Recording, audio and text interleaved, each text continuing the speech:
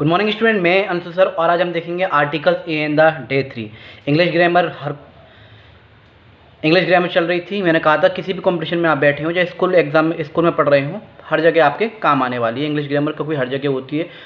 तो for all competition English grammar articles a in the day 3 2-3 part और आएंगे, article finish हो जाएगा। छोटे छोटे पार्ट हैं। मैं अंशु सर माई टीचर के नाम से हमारा यूट्यूब पर चैनल है। यहाँ फ्री ऑफ कॉस्ट जो है हम ज़्यादा से ज़्यादा मटेरियल प्रोवाइड कराते हैं, डिफरेंट टाइप के सब्जेक्ट का, डिफरेंट टाइप की क्लासेस का और डिफरेंट टाइप्स की कॉम्पिटिशन क्लासेस का।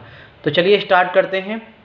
आज हम देखेंगे इससे पहले हम आर्टिकल्स को पढ़ चुके थे। डेफिनेट आर्टिकल्स कौन सा होता है, द इंडेफिनिट कौन सा होता है, ए एंड द। फिर डेफिनेट आर्टिकल्स के सारे रूल्स पढ़े दा के। आज हम जो देखेंगे थर्ड क्लास में, जो वो देखेंगे use of indefinite articles a और एन। दा के हम पढ़ चुके हैं और बीच बीच में दा के और मैं रूल्स साथ के साथ बताता चलूँगा।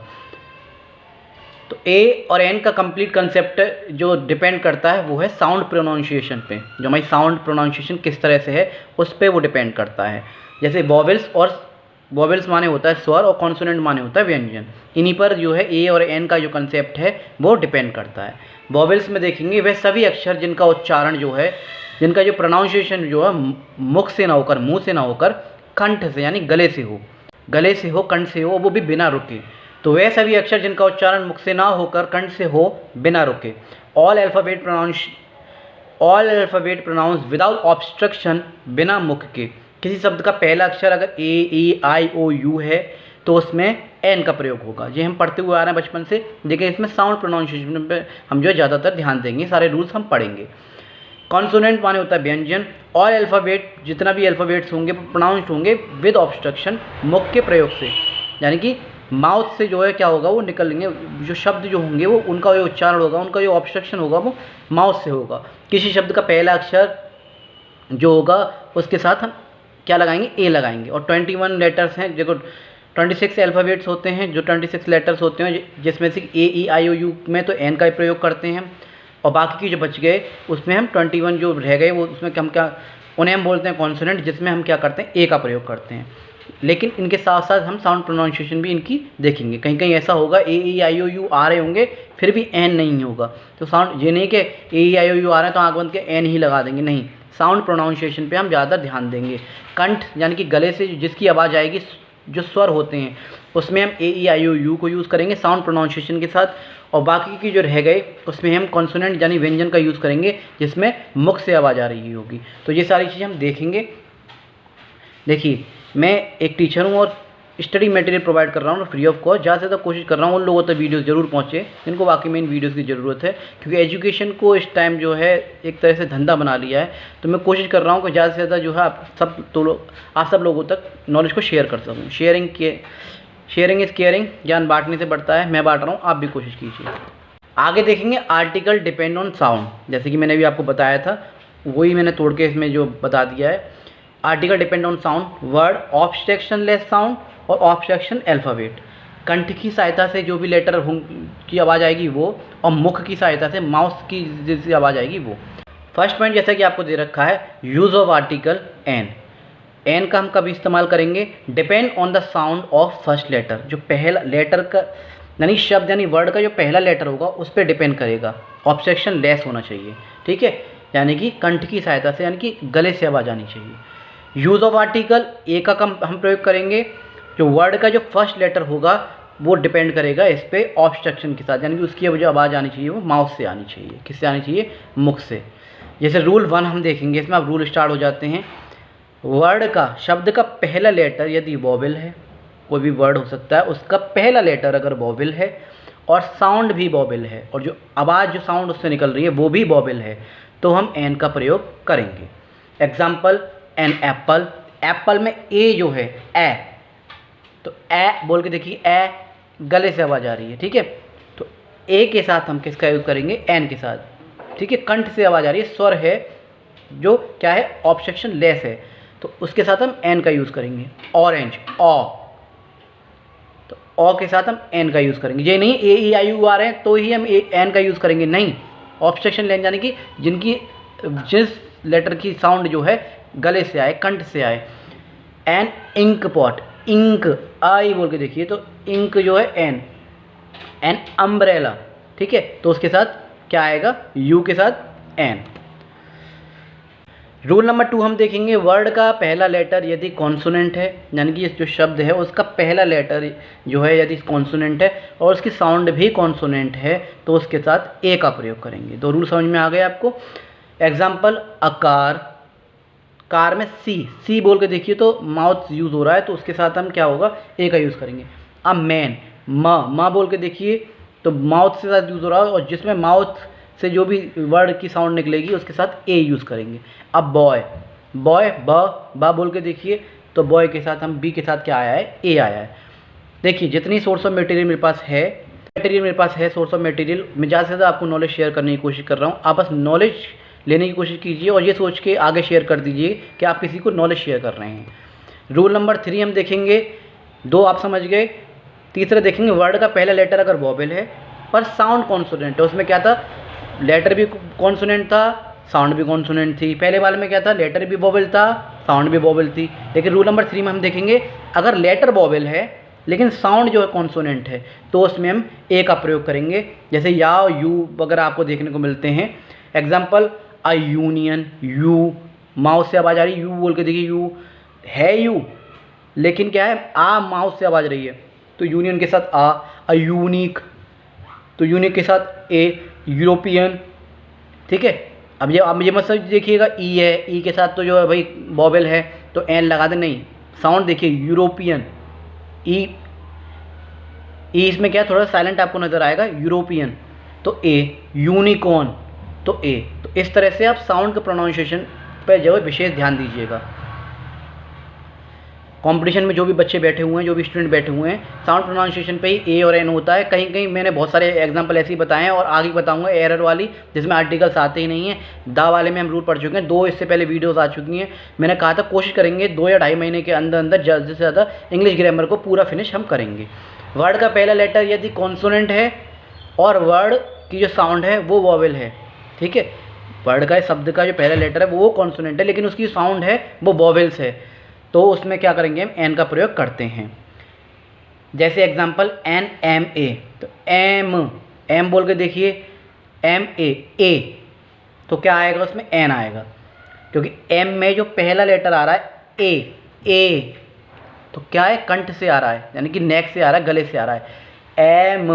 एम को बोलिए ए, पहले ए आएगा फिर एम आएगा, तो इस तरह से क्या आएगा, एन। प्रोनाउंसिएशन पे ध्यान दीजिएगा, एन एम एल ए, तो एम में ए पहले आ रहा है तो क्या है, एन। जैसे कि मैंने हिंदी में लिख भी रखा है आपको, एन एस पी तो ए, तो an. An S I, S तो ए पहले आ रहा है तो an. An L I C, agent. An X mystery, an X ray, an abbreviation. देखने में बहुत छोटे छोटे वर्ड हैं लेकिन प्रोनाउंसिएशन करेंगे तो कहीं का कोई और मतलब निकलेगा। अब आप कहेंगे एल आई सी, इसमें तो कॉन्सोनेंट लगा हुआ है एल, तो ए लगा दें। साउंड के प्रोनाउंसिएशन पे जाइए आप, एल, तो एल को अगर हिंदी में लिखेंगे तो एल, ए पहले लिखेंगे तो ए, तो क्या है, आवाज़ कहाँ से आ रही है, नेक से, तो एन एल आई सी। आप कंपटीशन में बैठे हैं, किसी भी स्कूल एग्जाम में बैठे हुए हैं, तो ये सारी चीज़ें आपको पता होनी चाहिए। छोटे बच्चे नहीं कि कॉन्सोनेंट वोवेल देख के हम जो है एन या ए लगा दें, तो ये सारी चीज़ें आपको आनी चाहिए। मैंने इंग्लिश को बहुत ऐसे तोड़ मरोड़ के ऐसे लैंग्वेज में आपको दे रहा हूँ कि आपको ईजिली समझ में आ जाए वो चीज़। रूल नंबर देखेंगे 4 और इसमें कुछ एग्जाम्पल्स हैं। देखिए, he is an M A in English, तो क्या है, वो जो है एम, इंग्लिश से एम ए है, तो एम को तोड़िए, एम, तो एम में ए आएगा पहले, तो ए के साथ क्या है, ए की आवाज़ जो कहाँ से आ रही है, नेक से आ रही है, तो एन लगाया है। He is a B A in English, तो बी में क्या आएगा, ब, तो बा के साथ ब माउथ से आ रहा है तो बा ए। Her uncle is an M L A, तो एम वही ए और एम आ रहा है उसमें, तो एम देखिए हिंदी में मैंने लिख रखा है बाकायदा। Her uncle is a member of legislative assembly, तो मेंबर, मेम में म, तो इस तरह से आ। He is R A S, तो इसमें क्या है, इसका कोई मीनिंग नहीं है वर्ड का, तो इसमें क्या है, नाउन ही नहीं है। आर ए एस है, कौन है ये पता नहीं चल रहा है, तो इसलिए नाउन नहीं, मैंने बताया था नाउन नहीं तो आर्टिकल नहीं। He is an R A S officer, अब पता चल रहा है कि अब वो आर ए एस में ऑफिसर है या आर ए एस ऑफिसर है, तो ऑफिसर नाउन है।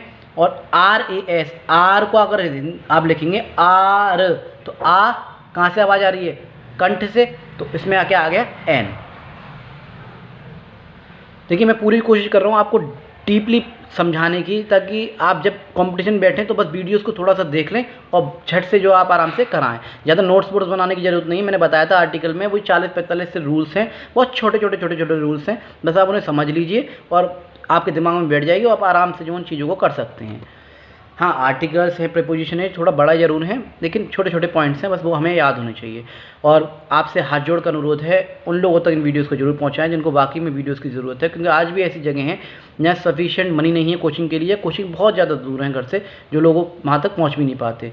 और एजुकेशन को आज के टाइम पर इतना धंधा सा बना लिया है कि पैसे हड़पने ज़्यादा अहमियत रखते हैं लोग, बार नॉलेज देने की कोशिश कम करते हैं। तो मैं एक टीचर हूँ, मैं कोशिश कर रहा हूँ नॉलेज शेयर करने की। हज़ारों टीचर हैं यूट्यूब पे, मैं ये नहीं कह रहा कि आप मेरी वीडियो शेयर कीजिए, अगर आपको अच्छा लगता है तो सो फार सो गुड, वरना कोई बात नहीं है। नेक्स्ट रूल नंबर 5 देखेंगे। रूल नंबर 5 में यू का नियम है। जब यू जो है या की साउंड देता है, जब यू जो है या की साउंड देता है, यानी कॉन्सोनेंट साउंड देता है, तो ए यूज़ करेंगे, या। ठीक है, union, unique, unique book, university etcetera, इसमें जो क्या होगा, ए का यूज़ होगा। जब यू जो है आ की साउंड देता है, ठीक है, यानी बॉबल साउंड देगा, तो इसमें एन का यूज़ करेंगे। जैसे यू को मैंने तोड़ के बताया भी आपको अम्ब्रेला एम्पायर में, यू अगर याक से यूज़ होगा तो ए आएगा, यूनियन, यूनिक बुक, यूनिवर्सिटी, क्योंकि इसमें माउथ यूज़ हो रहा है। एन में अम्ब्रेला और अम्पायर, तो अम्पायर और अम्ब्रेला में क्या होगा, अ। अम्ब्रेला और अम्पायर में क्या आ रहा है, अ, तो आ कहाँ से आती है, कंठ से आवाज़ आ रही है, नेक से आवाज़ आ रही है, तो अम्ब्रेला और एम्पायर में एन आएगा। तो ये छोटे छोटे रूल्स हैं, ये आप पढ़ते चलिएगा। रूल नंबर 6 है एच का नियम, यानी एच हा की साउंड आ रही है या फिर एच साइलेंट है, नो साउंड या फिर साइलेंट बोल सकते हैं। तो आ के साथ हॉर्स है, जैसे हॉर्स में हा आ रहा है, हाउस हा की आवाज़ आ रही है, तो वहाँ क्या है, ए आएगा। जैसे नो साउंड नो साइलेंट, जब नो साउंड साइलेंट है, पहला अक्षर एच है पर साइलेंट है, जैसे कि hour, honesty, heir, heiress, honest, honorary, ठीक है, एच साइलेंट है तो इसमें एन आएगा।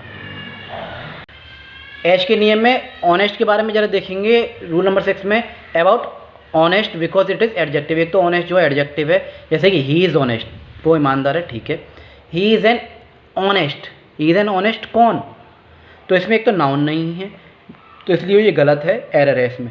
इन चीज़ों को याद रखिएगा, नाउन मिसिंग है ना, तो इसमें कुछ नहीं आएगा, ये वाला गलत है। He is an honest man, वह ईमानदार व्यक्ति है, तो ये ठीक है।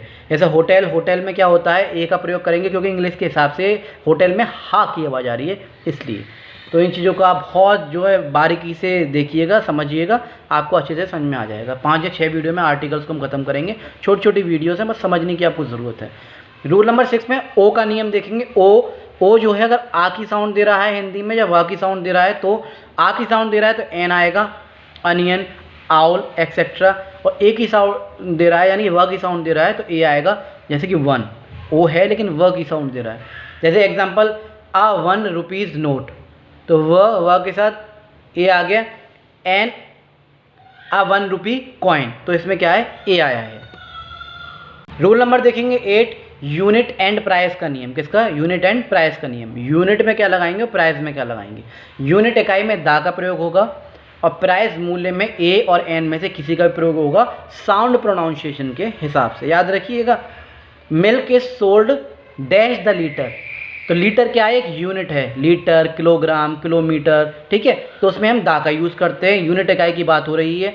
Milk is sold by ₹50 a litre, ₹50 आ गया तो इसके साथ ए आएगा।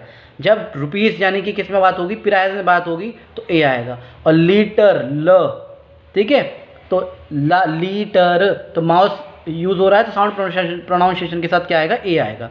Eggs are sold by the dozen, ठीक है, डजन एक यूनिट है तो इसलिए इसमें द आया है। Earlier cloth was sold by the yard, पुराने समय में जो कपड़े जो हुआ करते थे गज के हिसाब से बिकते थे। तो ये सारी चीज़ें आप याद रखिएगा रूल्स में। स्क्रीनशॉट लेना चाहे स्क्रीनशॉट ले लीजिए, आराम से समझ के करिएगा। रूल नंबर 9 है एनी एंड ऑल का नियम। एनी डॉग, किसी एक व्यक्ति की बात हो रही है तो इसमें क्या है, ए या एन के हिसाब से देखेंगे, किसी एक व्यक्ति की बात हो रही है तो। लेकिन ऑल डॉग, संपूर्ण प्रजाति की बात हो रही है, और मैंने कहा था जैसे होल फैमिली की बात हो रही है, जैसे ग्रुप की बात हो रही है, तो वहाँ क्या आएगा, वहाँ दा का प्रयोग करते हैं। A dog is a faithful animal. A dog, dog अगर मुंह से बोलेंगे अब ड तो माउथ यूज़ हो रहा है, ठीक है। तो ए कुछ ऐसा ऐसा चीज़ हो कंठ से यूज़ होगा तो वहाँ नेक की अगर यूज़ हो रही होगी तो वहाँ एन। तो ये वोवेल्स और कॉन्सोनेंट को आप याद रखिएगा स्वर और व्यंजन के हिसाब से। The dog is a faithful animal. Dog जो है फेथफुल एनिमल है। डॉग जो है कुत्ता जो है वफादार जानवर होता है। और ये सारे डॉग की बात हो रही है, स्पेशली किसी एक की बात नहीं हो रही। जब पूरी प्रजाति की बात होती है तो दा की यूज़, दा के लिए दा यूज़ होगा। रूल नंबर 10, अननोन पर्सन का नियम। प्रॉपर नाउन के साथ आर्टिकल नहीं आता। मैंने पहले ही बताया था कि प्रॉपर नाउन क्या होता है, किसी का नाम होता है उसके साथ कभी भी आर्टिकल नहीं आता। जब ऑथर वाला हमने पढ़ा था, ऑथर नेम अगर किसी का भी नाम आता है तो उसमें क्या है, नाउन, उसमें क्या होता है, प्रॉपर नाउन के साथ कभी भी आर्टिकल्स नहीं आते हैं। जैसे कि द सरनेम प्लूरल फॉर्म में हो तो उसके साथ द आएगा, जो हम पढ़ चुके हैं। The Sharmas, the Vermas. लेकिन यही शर्मास अगर एपोस्ट्रोफ एस में लगा हुआ हो तो एपोस्ट्रोफ एस के साथ कभी भी आर्टिकल नहीं आएगा। आ Mr, Miss, Mrs plus surname तो ए आ सकता है। Mr Sharma is waiting for you. Mr Sharma जो है आपके लिए वेट कर रहे हैं। अब मिस्टर शर्मा कोई भी हो सकता है। अननोन पर्सन है, अज्ञात व्यक्ति है, इसलिए ए आ रहा है। लेकिन अगर कोई पर्टिकुलरली नेम होता और आप उसे जानते तो दा आता। तो इंग्लिश साउंड आर्टिकल्स हमने पढ़े अभी तक ए एन दा। ए और एन इसमें इंडेफिनिट आर्टिकल्स होते हैं जो अनिश्चितता दर्शाते हैं। दा जो होते हैं वो डेफिनिट आर्टिकल होते हैं जो निश्चितता दर्शाते हैं। अल्फ़ाबेट 26 होते हैं, 26 लेटर्स होते हैं, जिसमें से 5 लेटर जो होते हैं 5 वोवेल्स होते हैं। ए ई आई ओ यू स्वर बोलते हैं इसे, जो कंठ की सहायता से बाहर आते हैं, निकलते हैं। और कॉन्सोनेंट जो होते हैं वो 21 होते हैं। ऐसे वोवेल्स के जो साउंड होते हैं वो 20 होते हैं और कॉन्सोनेंट के जो साउंड होते हैं वो 24। टोटल साउंड जो आपको इंग्लिश में मिलेंगे वो मिलेंगे 44। ये एक्स्ट्रा नॉलेज के मैं आपको समझाई दे रहा हूँ, आपको पता होनी चाहिए, कभी कभी पूछ लिए जाते हैं। मोनोफोंग वोवेल साउंड जो है 20 होते हैं, जिसमें 12 मोनोफोंग होते हैं और 8 डिप्थोंग होते हैं। अब ये किस तरह से बटे हुए होते हैं 12? बाउंड साउंड वाले, सिंगल वोवेल साउंड वाले और प्योर वोवेल और मोनोफोंग बोल सकते हैं, इस तरह बटे हुए होते हैं। ऐसे डिप्थोंग, डबल वोवेल साउंड वाले, कॉम्प्लेक्स वोवेल वाले और ग्लाइडिंग वोवेल वाले। इतना ही समझ लीजिए, ज़्यादा डीपली आपको जाने की जरूरत नहीं है। कभी कभी पूछ लिए जाते हैं वोवेल साउंड कितने होते हैं, 20 होते हैं, 12 मोनोफोंग, 8 डिप्थोंग।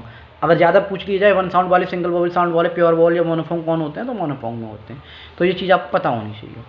ऐसे कॉन्सोनेंट 24 होते हैं और डिवाइड होते हैं 3 पार्ट में, वॉइसेस और वॉइसलेस, आर्टिकुलेशन प्लेस और आर्टिकुलेशन मैनर। तो ये थी आर्टिकल्स डे 3 की वीडियो। आई होप आप लोगों को अच्छी लगी होगी। कुछ रूल्स इसमें देखे, थोड़े थोड़े 10-10, 12-12 रूल करके हम पढ़ रहे हैं। 5-6 वीडियोस में आर्टिकल खत्म करेंगे। मैंने आपसे वादा किया था इंग्लिश ग्रामर को 2 महीने के अंदर खत्म करेंगे, 2 या 2.5 महीने के अंदर सारे parts of speech, adverb, adjective, verb, इसके अलावा preposition, conjunction, interjection, tenses, active, passive, narration. और इस तरह से मैं इंग्लिश पढ़ाऊंगा तोड़ मड़ोड़ के बाइलिंगुअल क्लासेस में, जो आपको ईजिली वे में चीज़ समझ में आ जाए। हिंदी भी होगी, इंग्लिश भी होगी, ईजी वे में आपको समझ में आ जाएगी।